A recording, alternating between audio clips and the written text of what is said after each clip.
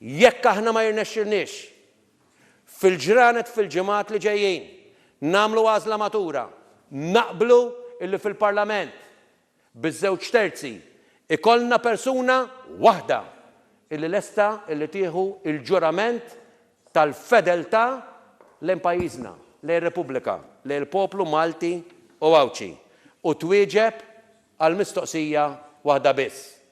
Lesta dik il-persuna tinvestiga lil kulħadd lil mill-poteri politiċi. Lesta dik il-persuna illi tagħmel dmira minkejja kollox.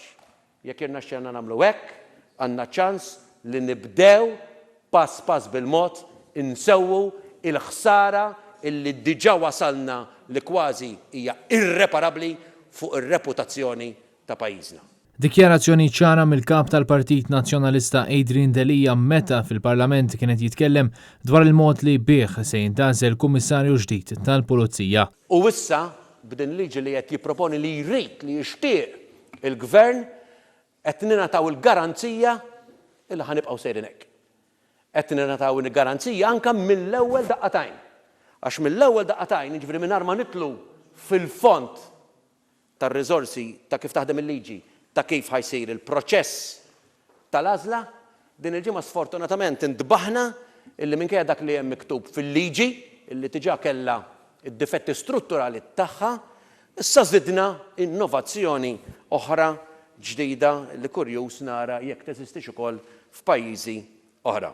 Ħajkollna kummissarju tal-Pulizija fuq probation ta' sena. U allura kurjuż l-ewwel mistoqsija tiegħi din il-probation ħatkun taħt it-tutela ta' min? Adrian Delija tkellem dwar bosta okkażjonijiet fejn il-Kummissarju tal-Pulizija kellu jinvestiga iżda naqas milli jagħmel dan fosthom id-deals tal-beħ tal-isptarijiet u l-Electrogas.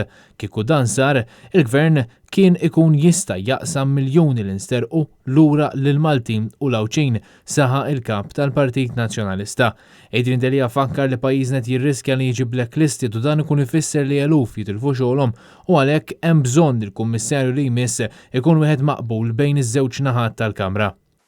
Barra minn Malta, mhux il-liġijiet il-karta ħajjiżnu ħajaraw, anzi qalulna nkom liġijiet ħafna drabi tajbejn, il-ġurisdizzjoni tajba, il-liġijiet hemm kienu. Qabel kienu jaħdmu, imma qabel ma kienux hijacked, qabel ma kienux jiġu abbużati, qabel in-nies kienu jitħallew jagħmlu xogħolhom, l-uffiċjali jitħallew jagħmlu xogħolhom, l-FIU, l-AG, l-MFSA, il-qrati, il-Pulizija kienu jitħallew jagħmlu xogħolhom. U issa le.